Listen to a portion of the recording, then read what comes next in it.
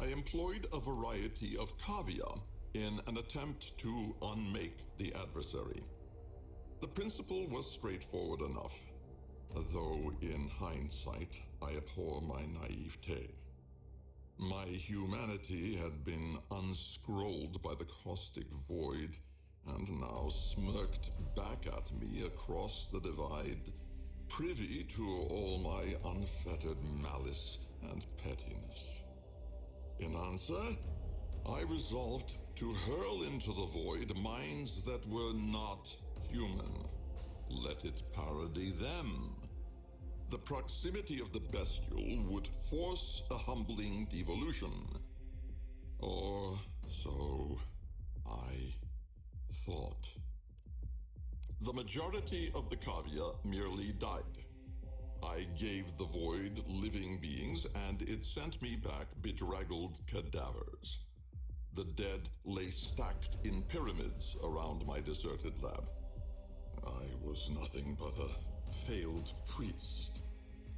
But a glass splinter of stubbornness still stuck in me, and so I persisted. The correct combination of creatures would work.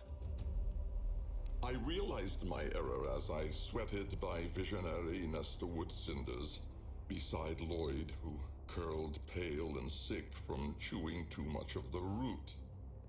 The catalyst was uniqueness. That attribute was what caught the interest of the bland and undifferentiated void.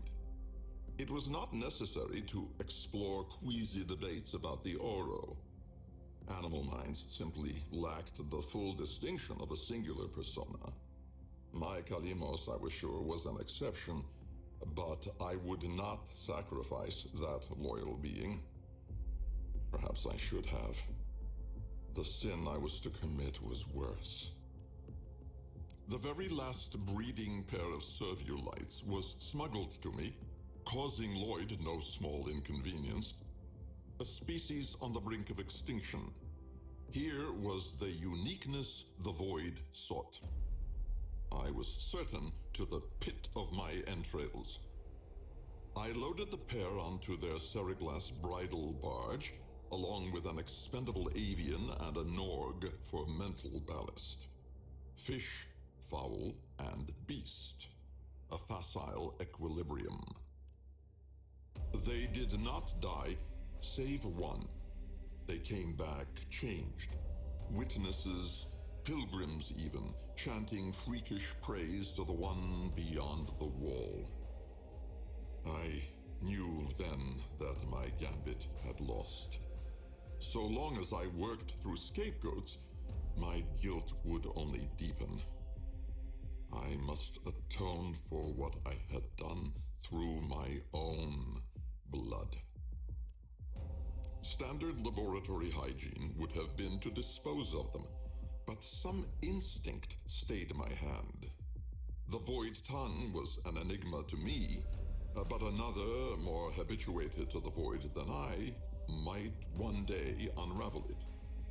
Through the imposition of form upon the formless, they could perhaps glean some meaning. I assigned the Cavia to Lloyd, for I could not bear to look upon them. Not yet. Lloyd is at heart a good and kind man, better than I deserve, and completely oblivious to his own true